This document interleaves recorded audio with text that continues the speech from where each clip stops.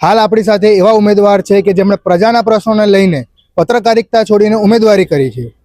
એમની સાથે આપણે વાત કરવાનો પ્રયત્ન કરીશું. કયા વોર્ડમાંથી ઉમેદવારી કરી છે અને કયા પ્રશ્ન લઈને?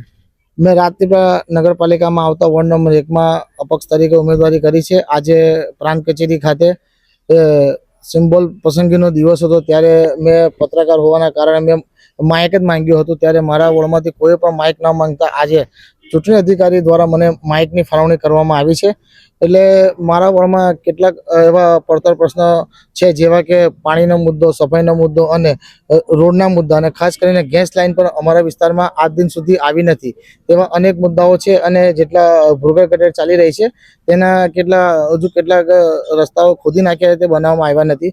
તેવા અનેક મુદ્દાઓને લઈને મેં રાજપીપળા વોર્ડ નંબર 1ના ઉમેદવાર તરીકે ઉમેદવારી નોંધાવી છે. અને ખાસ કરીને અમારા વોર્ડ નંબર 1માં સમયસર પાણી મળતું નથી. કેટલાક મહિલાઓનું કહેવું છે, અમારા પર રોજનો ફોન આવે છે કે અમારે ત્યાં પાણી આવે છે તો ફોર્સથી પાણી નથી આવતું, માત્ર 5 કે 3 મિનિટ કે 10 મિનિટ જેટલું પાણી આવે છે. અમારું એનાથી પાણી ભરાતું નથી. પીવાનું, કપડાં ધોવા માટે, વાસણ ધોવા માટે પાણી ભરાતું નથી.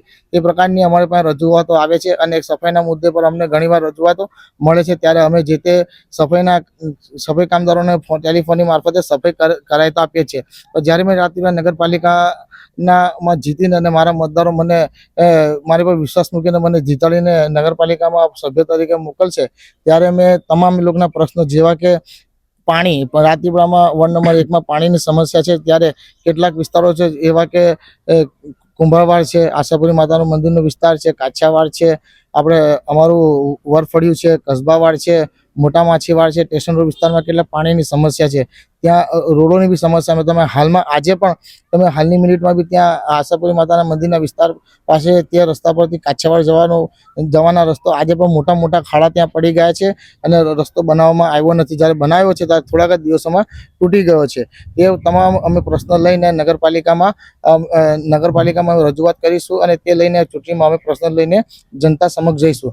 ખાસ કરીને અમારા વિસ્તારમાં નવી પાણીની ટાંકી બનાવવામાં આવે તે પ્રકારની અમે ત્યાં જઈને રજૂઆત કરીશું, જેથી નવી ટાંકી બને ત્યારે નગરજનોને શુદ્ધ પાણી મળી રહે એ પ્રકારની અમે કોશિશ કરીશું. અને ખાસ કરીને કેટલા હજુ રોડ રસ્તાઓ બાકી છે. અમારા કસબા વિસ્તારમાં પણ કેટલા વર્ષોથી રોડ બનાવવામાં આવ્યો નથી. તે રોડ બને તે પ્રકારની અમે રજૂઆત કરીશું.